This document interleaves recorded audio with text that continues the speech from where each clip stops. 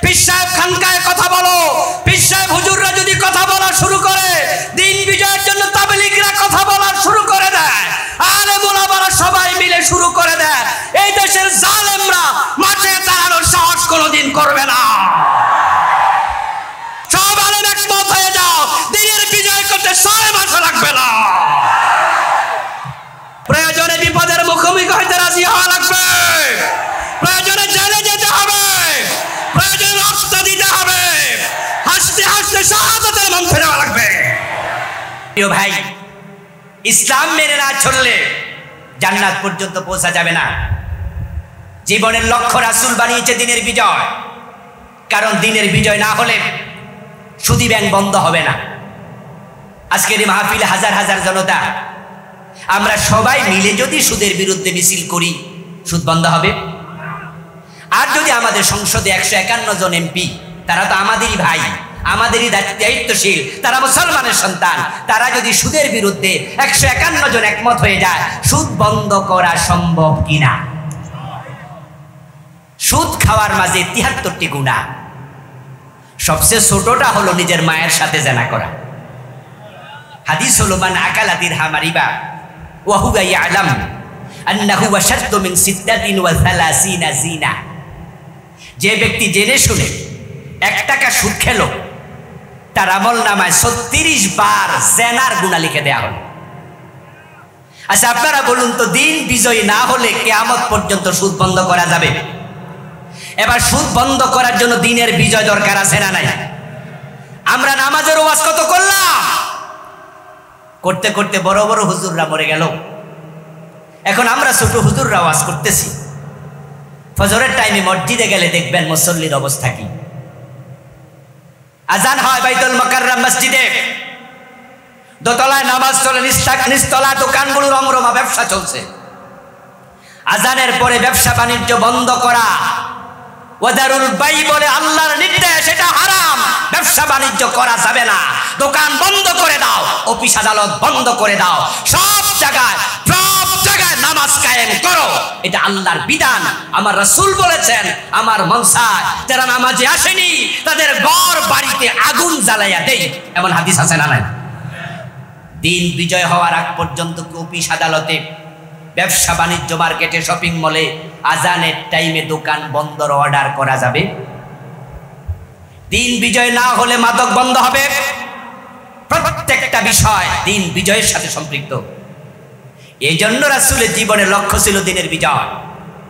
দিনের বিজয়কে জীবনের লক্ষ্য বানানো ফরজ। আল্লাহর জমিনে কোরআনের আইন কায়েম করার চেষ্টা করা ফরজ।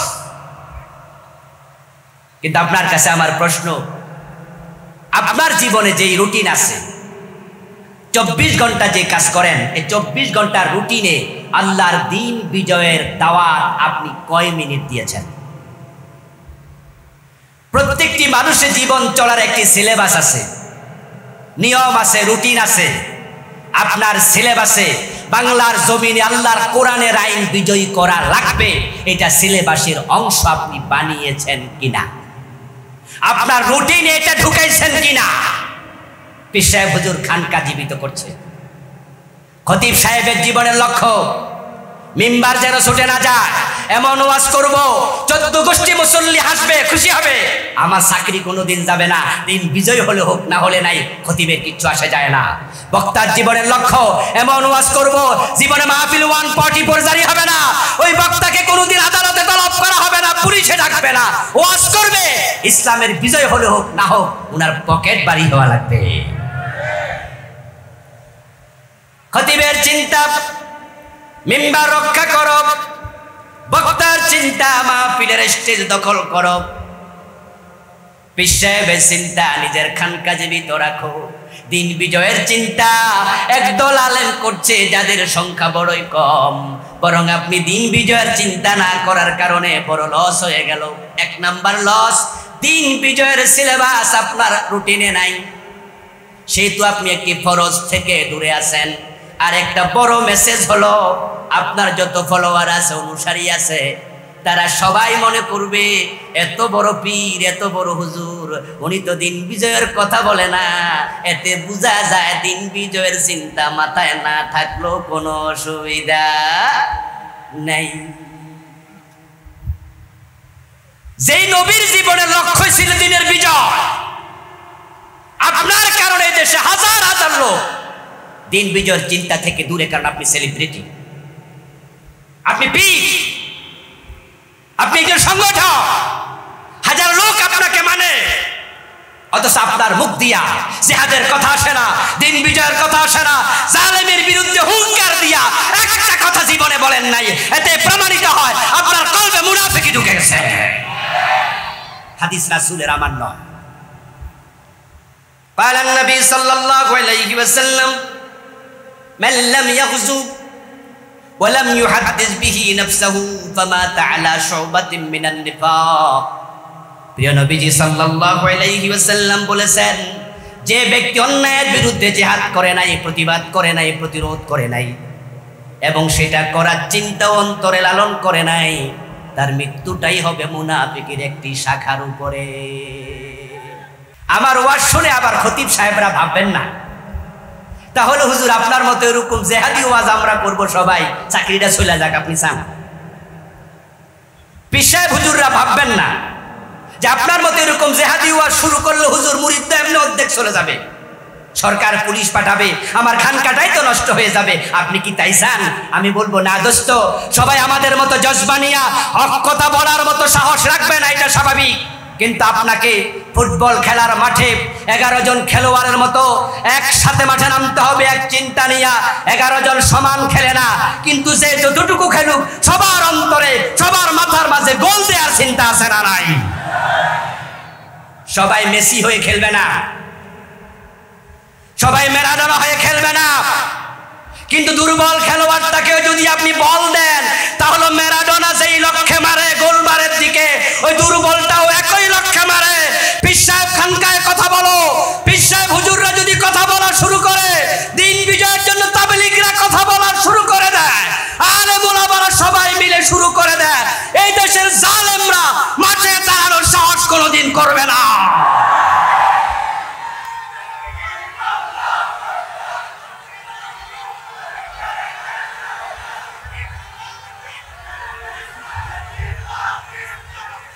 আমার ভাইয়েরা, 11 জন খেলোয়াড়ের লক্ষ্য কি 11 দিকে না একদিকে?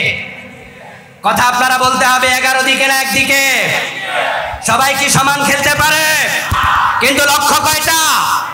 এবার বলুন, 11 জন খেলোয়াড় কি এক জায়গায় একবারে গোল হয়ে খেলেন? আলাদা আলাদা জায়গা।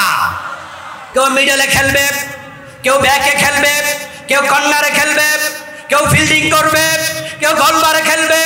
লক্ষ্য যেহেতু একটা, খেলা শুরু হওয়ার 5 মিনিট পরেও গোল হয়, 10 মিনিট পরেও হয়, 90 মিনিটে 12টা 13টা হয়ে যায়। লক্ষ্য 11 দিকে হলে 6 ঘন্টা 10 ঘন্টাও গোল হবে না।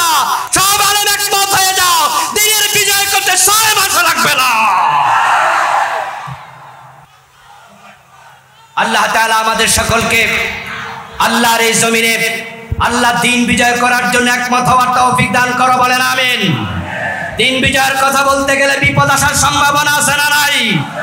প্রয়োজনে বিপদের মুখোমুখি হইতে রাজি হওয়া লাগবে, প্রয়োজনে জেলে যেতে হবে, প্রয়োজনে রক্ত দিতে হবে, হাসতে হাসতে শাহাদাতের মন ফেরানো লাগবে। আমার প্রিয় ভাইয়েরা, প্রয়োজনে সর্বোচ্চ ত্যাগ, শাহাদাত নসিব করার জন্য, নিজের ভাগ্যে জুটানোর জন্য, শহীদ হওয়ার